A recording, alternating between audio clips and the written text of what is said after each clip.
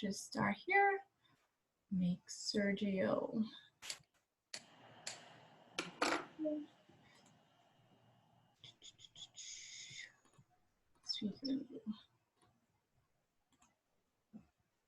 Oh. Where's Joe? I can't make Sergio. There you go. Can Sergio? Yes. All right, you could get started. Okay, so first of all, thank you very much, everybody, for joining us today in this trip through El Coto Rioja. As you can see on the slide that is on the screen, this 2020 is a special milestone from El Coto as we are celebrating a 50th anniversary. So starting from the history, I cannot move the slides. Priscilla? Priscilla?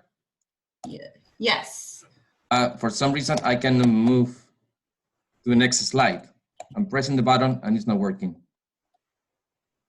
Hold on 1 second. Priscilla, you should be able, can you make him the host?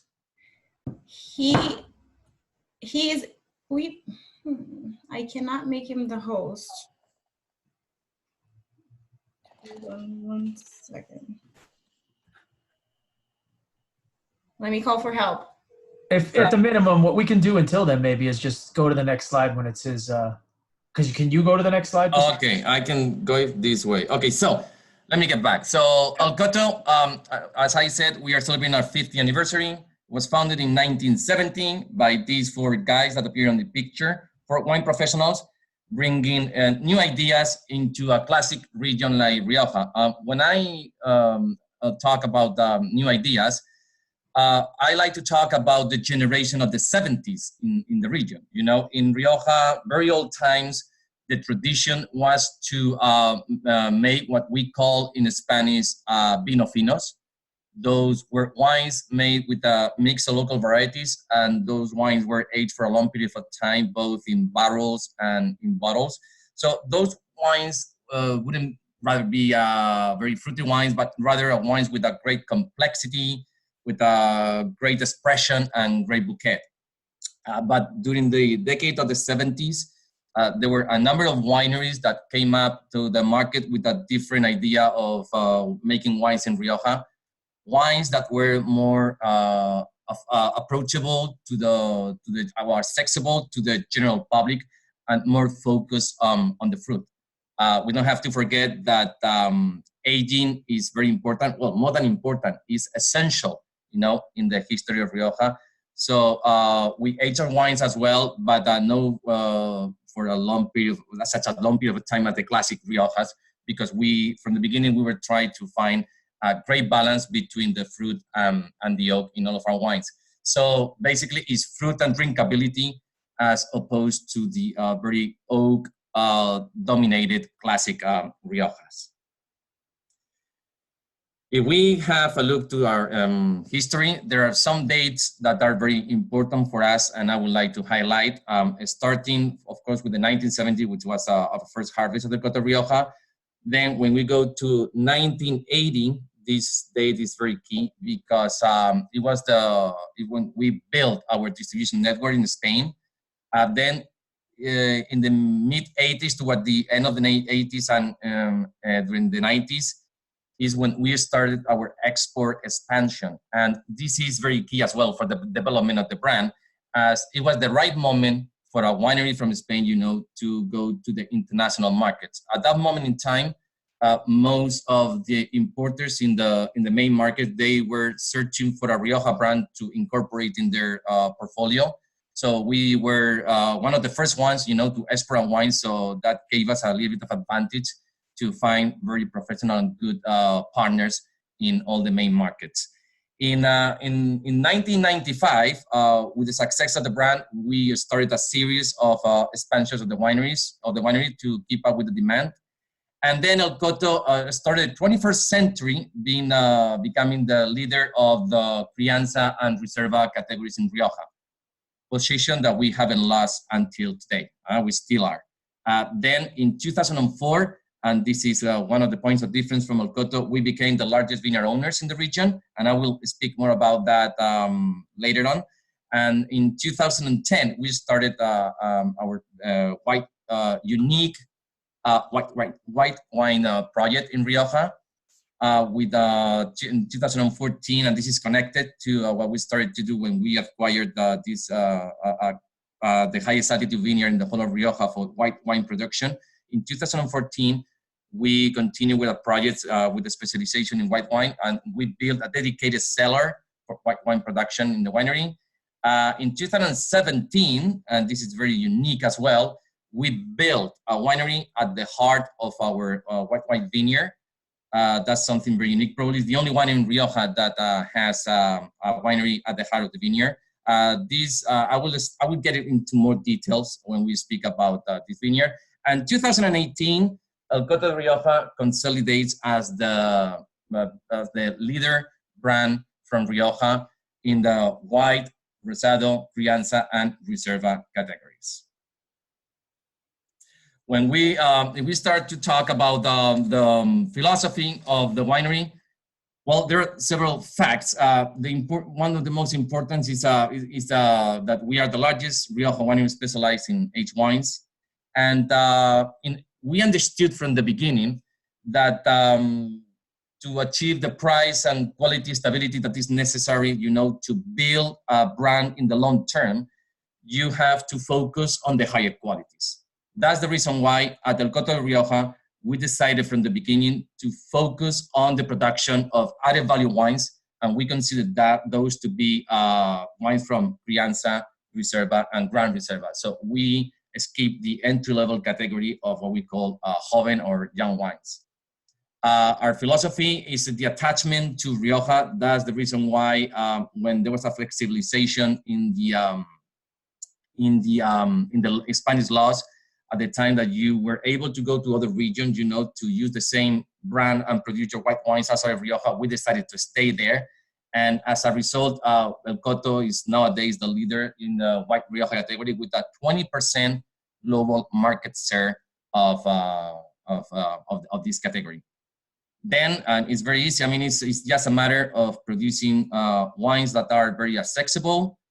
We understand that wine is enjoyment, so our mission is to produce very good wines at very good quality at a very fair price, and to deliver consistent quality year after year. At El Coto, over the last 20 years, we have been reinvesting part of our profits into our facilities and into new vineyard acquisitions. And this is part of our philosophy as well. So continue reinvestment into the company. First, multiplying the capacity of our winery to supply the markets, and then strengthening our future qualities with the acquisition of new vineyards. Okay, this is key and very important for us. As let me first speak a little bit about how the vineyards are in Rioja. So basically, in terms of vineyards in Rioja, it kind of more resembles Champagne than Burgundy or Bordeaux. I mean that in Rioja, there are way more wine growers than wineries. So in Rioja, we have like something around 118,000 plots of vineyards, and we have 16,000 growers, 600 wineries, and around 25 cooperatives. So 85% of the vineyards belongs to the growers, and only 15% of the vineyards belongs to wineries, which means that what is a standard practice in the region is that the wineries, they don't own land, but they buy the grapes from growers. In our case, El Coto has 2,000 acres of vineyards currently, and in the future we're going to have more. And that makes us the largest vineyard owners of the whole of Rioja. Something that helps us to control the quality of the grapes that are going to come into our wines. And it helps as well, to control the price of our wines as well.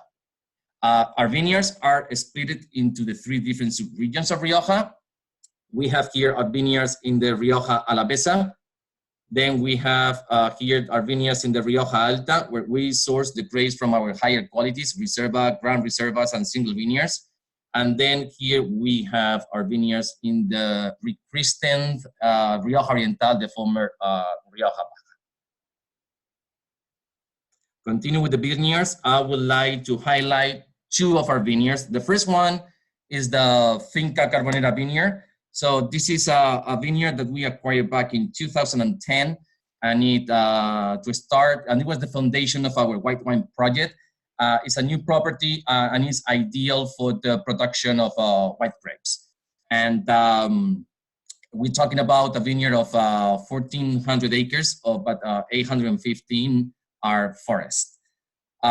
This is the highest altitude vineyard in the whole of Rioja. It's starting at 750 meters and going up almost up to 900 meters.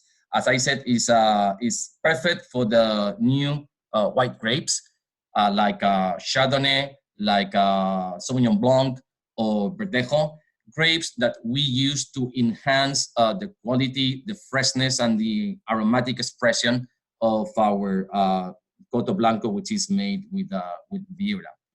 As you can see over here, this is the winery that we built back in 2018. This is a winery where we don't ferment the wines. The only thing that we do is to process the grapes. So basically, since we pick the grapes, the grapes can arrive into this winery in anything between 15 and 20 minutes. The grapes are processed over there, and then they are taken into vehicles to El Coto, vehicles with no contact with the oxygen and with temperature control. So we avoid the oxidation, and we make sure that the grapes arrive into El Coto in pristine conditions. Let me show you some more pictures of the vineyard. Beautiful vineyard. And then here we have the map, and here we have the varieties. So basically, it's all about the new authorized white grapes by the Regulatory Board of Rioja, Verdejo, Chardonnay, and Sauvignon Blanc. So the lower altitudes are with better exposure are for late varieties like Verdejo, and the higher ones are for early varieties like Chardonnay. I have to say that we have a few hectares as well of acres, of Tempranillo that went there when we acquired the vineyard. Then another outstanding vineyard of ours is Finca Los Almendros. Finca Los Almendros happens to be the largest estate of Rioja, the longest vineyard in one single piece. Here we have 990 acres in production. And these two are an example of our ambition, towards wines with a stronger identity and personality. Some beautiful pictures of the vineyards. I really like the garnacha that we have in this vineyard, which is planted in terraces with perfect irrigation. And then if we have a look to the map and see what we have in these vineyards, we have 680 acres in production, of which, you have here the split of the varieties, but mostly are red varieties, Tempranillo, Garnacha, and some Graciano that we use to complement our Gran Reserva, Maturana Tinta, and a little bit of two white grapes, Sauvignon Blanc and Garnacha Blanca. Okay, when we talk, we start to talk about the winery, El Coto. So winery that was built in 1970. When we started with the winery was only this building, the building with an A. And then as the domestic and international demand started to grow, we have made a series of expansions in the winery to be able to keep up with the demand of our wines. So the winery is a very modern winery. It's a winery that is modern and intelligently designed. And the emphasis of the winery is on temperature control and gentle handling of the grapes. Then something very important for El Coto is our people, our artisans. So the team with capital letters.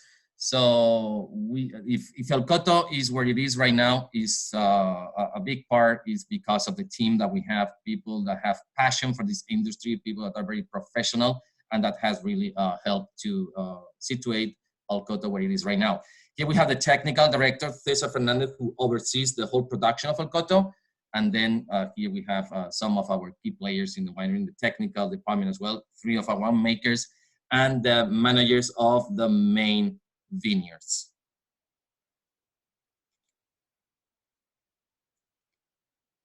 Some pictures of the facilities. As I said, constant reinvestments of some of our profits into the winery and new vineyard acquisitions.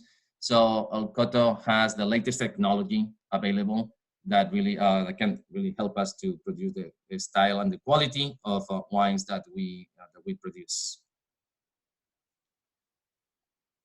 Oak aging, something is not important, it's essential. As I said, El Coto is focused on the higher qualities of Rioja, so in aged wines, because we understood from the beginning that the added value is in the aged wines. So all of our wines, red wines, they spend a minimum of 12 months in oak, started with the crianza. So currently we have 65,000 barrels, of which 85% are American oak. So we are supporting the local economy here in America, and 15% are only French oak. El Coto is probably the largest oak barrel in the world in the wine industry without being the largest producer. We have different suppliers and different toastings. So depending on the wine that we're going to produce, we're going to use one or the others. And something that is different and unique as well is that in Rioja, the regulatory board, they fix the norms about the rules about how long do you have to age your wines in barrels to be a crianza, reserva, gran reserva. But they don't say anything about how many years you can use the barrels.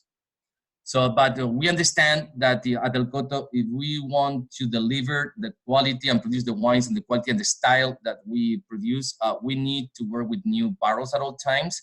That's why our average age of our barrels is 4.5 years, which is absolutely nothing.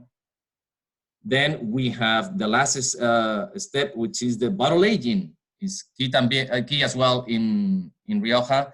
And so all of our wines, they spend a minimum or between 6 months and 5 years. It's always more in the bottles, getting ready to be released in perfect conditions.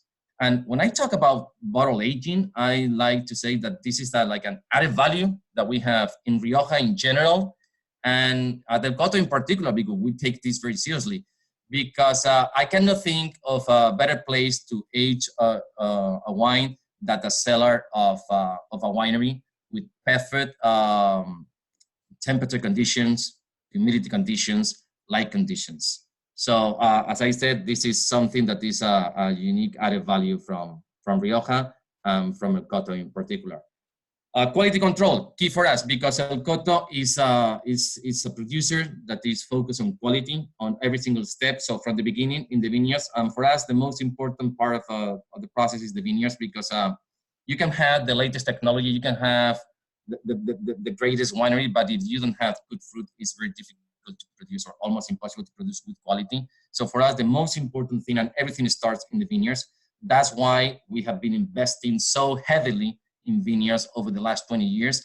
But at El Coto, we have the strictest quality controls in the whole of Europe, and we have the strictest certificates, like I don't know if you guys are familiar with the IFS and BRC. One is German, another one is British quality certificates. Let's talk a little bit about the brand. So I think that some of the points here I have already explained. So our vision basically is simple, we understand that wine is enjoyment, so we want to bring to the markets the experience of enjoying a good glass of wine of Rioja. And our values are excellence. We try to improve in everything we do day by day, paying a lot of attention to details. And our goal is always to over-deliver with quality. So always offer more to the consumers to what they have to pay for. We are leaders in not only in Rioja, but in the whole of Spain. And as I said before, attachment to the terroir. We respect and honor our land. And that's the reason why we didn't go to other appellations of origin at the time of producing our white wine, for example. And we are continuously investing in new land and new vineyards. So El Coto, a truly global brand. So, well, I've been speaking, I don't know for how long, and I haven't explained why a name El Coto. So why El Coto? First of all, because El Coto is a short word that is easy to pronounce and to remember in every single language, Coto. And then from the beginning, and I think that was something that was very clever, we wanted to build a visual brand. Okay, a brand that you can associate with our wines. That's the reason why we have the deer or the stag in all of our labels. The relation that El Coto as a word has with the Rioja is that El Coto means private hunting area, and Rioja has always been a traditional area for hunters. So that's the reason why we have the stag on our labels.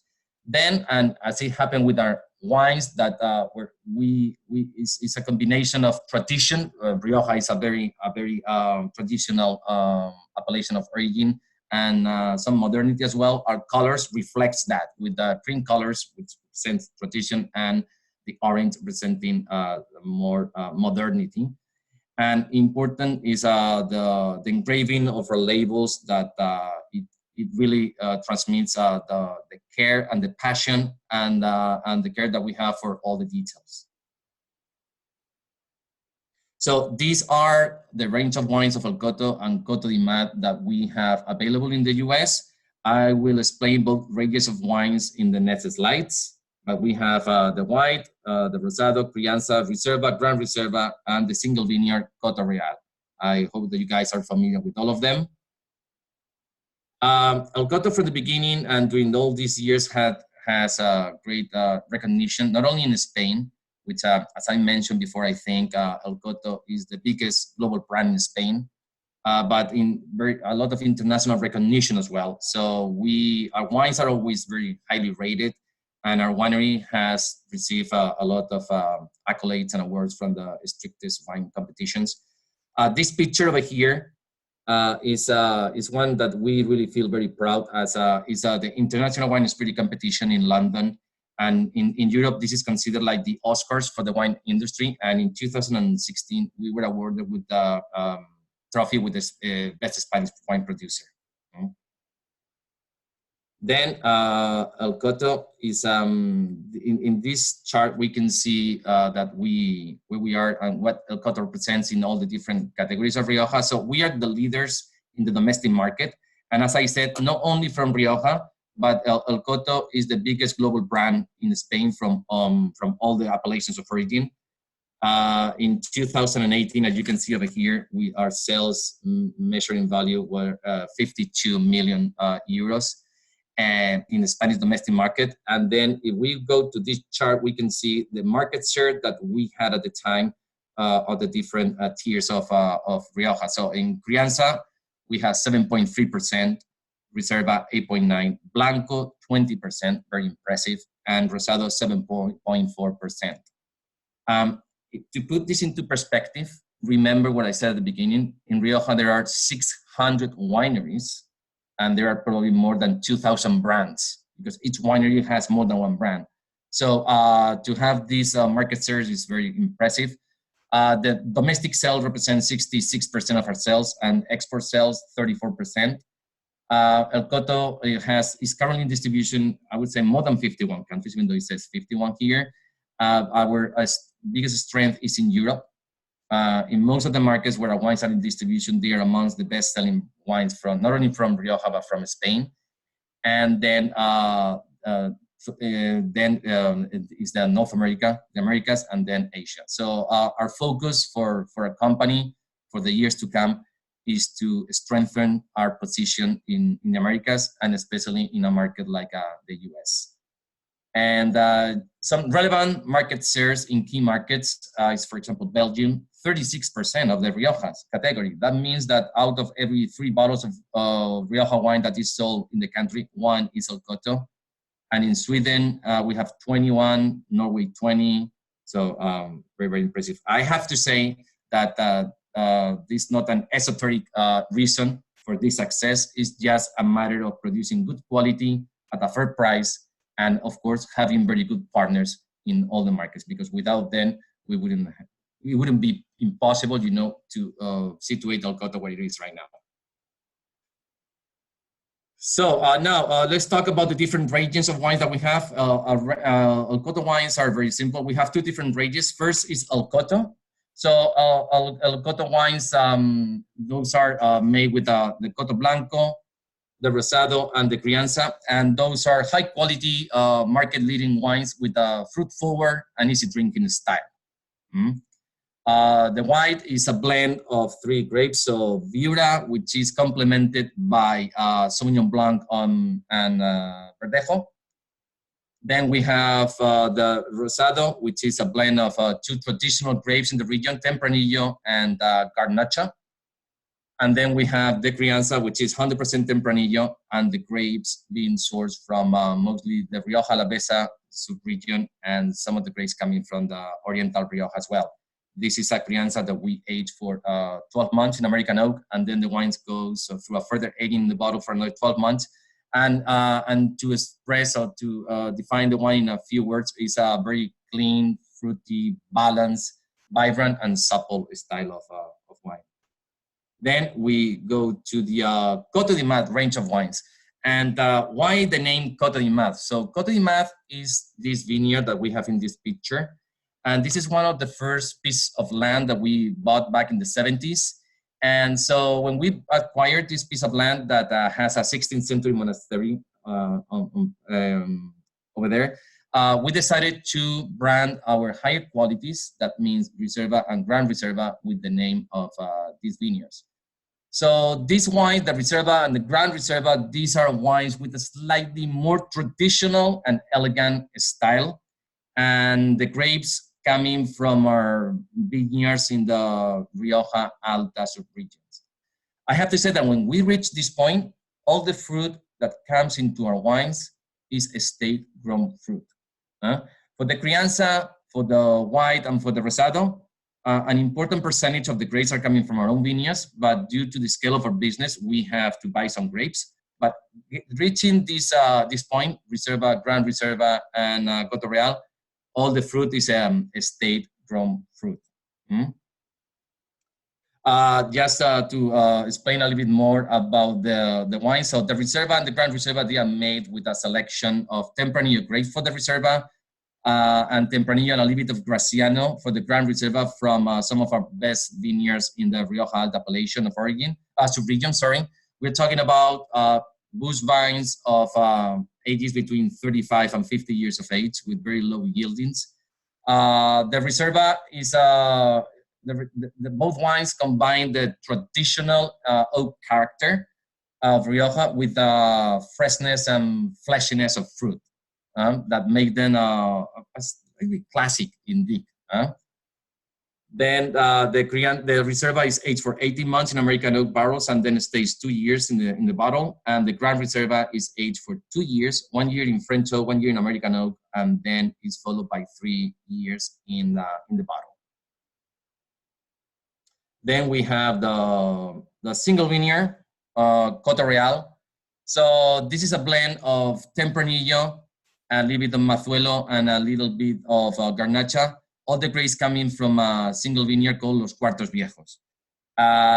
This is a wine that has it's aged for 20 months in French oak barrels, and then the wine rests in the bottle for a minimum of 16 months. It is tightly neat with a good intensity and a great length. It's a more modern style of Rioja. So after all, we've been talking about what makes El Coto and winery and our wines different, important, unique. So what are our unique selling points? So remember, so basically Rioja El Coto is nowadays the most sold brand in Spain. We are leading all the categories in Rioja: Crianza, Reserva, Blanco, and Rosé. I have to say that you don't see here the Gran Reserva category because these numbers, they come from Nielsen, and they put together Reserva and Gran Reserva. That's the reason why I don't speak about Gran Reserva. We started in the 21st century as the leaders of Crianza and Reserva, and we still are. We are the Spanish most sold brand in value. As I said, global leaders in added value wines, Crianza and above.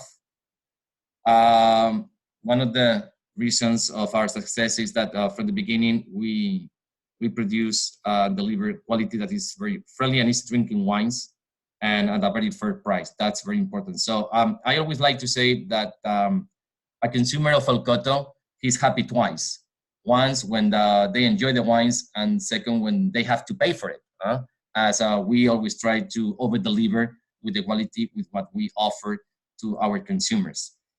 The next one is we are the largest vineyard owners in Rioja, and with capital letters and bold letters. That this really makes a difference. As being the largest vineyard owners, it really gives us a total control of the quality of the grapes that are going to come into our wines, and we can at the same time control prices and qualities.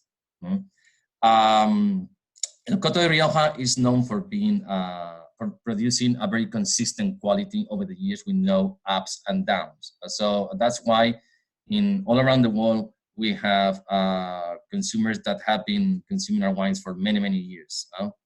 Then something which is quite common as well in Rioja, but we are mostly focused on native grape varietals. And the next one, which is linked to the previous point, 100% estate-grown grapes in our higher qualities, reservas, brand reservas, and single vineyard wines. And the last point, which is very important as well, so the style of our wines in both El Coto and Coto y Mas is a style that can please all the different palates of wine consumers, from people that like the more classic style of Rioja, to people that like more and more contemporary style of Rioja wines.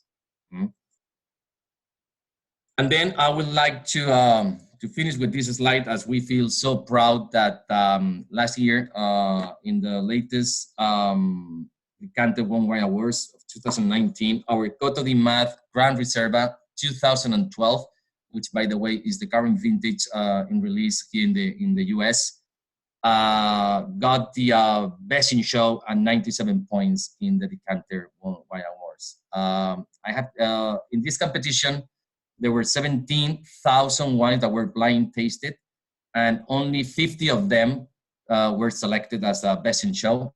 Out of those 50, there were 8 wines from Spain, but the only wine from Rioja, it was our Coto de Mas Grand Reserva. It's a very impressive award, and if you haven't had the opportunity to taste this wine, I will highly recommend it that you get one bottle, because it's in, I mean, extraordinary value for the price that it has, and it's very impressive. So as I said, this is what I wanted to share with you guys today about the history, about what we do in El Coto, who we are. And we are very pleased that in 50 years of history, we managed to start from very humble beginnings to become one of the best known producers, not only from Rioja, but from the whole of Spain. So thank you very much to all of you for joining me today. And if you have any questions, I will really love to listen to them and answer. Just a reminder, because I see some people joined us after we started. If you want to ask a question, if you go to the bottom of your screen, there's a participant icon. Click on that. Click on raise your hand, and I will unmute you guys one at a time. Or you could go on the chat icon and type your question if you don't feel comfortable speaking. Sergio, this is Matt Johnson here. There is one question that I see written in the group chat, which says, do you guys ever work with Tempranillo Blanco? Okay, so Tempranillo Blanco was authorized back in 2007. Until that time, I think it was 2007, 2006. So until that time, we were only allowed in Rioja to produce white Rioja wines with 3 grapes, Viura, Malvasia, and White Garnache. And Tempranillo Blanco is quite standard. I mean, there's a lot of Tempranillo Blanco in Rioja. We have some vineyards with Tempranillo Blanco. We still haven't released any wine, as we are doing some tests with that grape. But I think that sooner than later, we will be releasing or using some Tempranillo Blanco in our white wines. Medley. Oh, hi. Hi. Oh, you can hear me? Cool. Oscar, when Oscar was here, he told me about a story about how there was an army and a general who lost part of the land in a poker game. And then it was like they didn't pay their taxes, was foreclosed on. Can you kind of clarify that story? Well, that has to do with the monastery, that is in that in the vineyard, in the Coto de Mat vineyard. That story that Oscar mentioned is about that, but it's more linked to one of our sister companies more than to El Coto, that the history. Oh, okay. Thank you. You're welcome. So to answer the question about what do the IFS and BRC certificates quantify, so IFS is a German certification that you need to have if you want to retail your wines in the supermarkets. And the BRC is the Retail Council, I think. And it's a certification that you need to get as well if you want to sell your wines in the off-premise channel in the UK. Every time that you deal with any retailer in Europe, instead of asking for the ISO certification, they're going to ask for these two. So even though they are from Germany and I'm from the UK, these are the certifications that all the buyers and retailers are going to ask for. In terms of where is the Finca Carbonera located, so Finca Carbonera is funny because it's in the oriental part of Rioja or Rioja Baja, and the soil is, as I said, is the biggest, is the highest altitude vineyard in the whole of Rioja, and I think that the soil it has a name which is called glacis. Okay, so it's a special soil. It's a soil that I think that let me just recap the picture on the screen. Hold on a second. Here we go. So I think there's a picture of the soils. Okay, there we go. It's called glacis, and it's an acid and stony soils with good drainage and roots developing in depth. The good thing is with the good drainage, it has the capacity to retain the water, and that is going to help for the maturation of the grapes in the vineyard. How is the oriental appellation being received? Not very well, because it is funny. I mean, they wanted to change the name because some people, they associate Rioja Baja with low altitude or low quality, and it has nothing to do with that, because it's called Rioja Baja because the Ebro River goes through it to go to the Mediterranean Sea. So it's going down. That's the reason why. There were two proposals. One was Mediterranean Rioja, and the other one was Oriental Rioja. So there was a vote, and they decided to call it Oriental Rioja. But as you can see, when I speak about the eastern part of Rioja, or Rioja Baja, or Oriental Rioja, which is the same, I never send the name Oriental because it sounds weird for me. It seems like we are talking about, I don't know, the Middle East or something like that.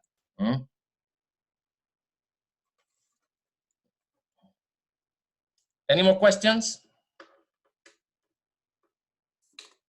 Oh, yeah, here we have one. We have farming practices. Well, basically, there is an increased focus on sustainability, both in the vineyard and in the winery, including the use of cover crops and integrated pest management.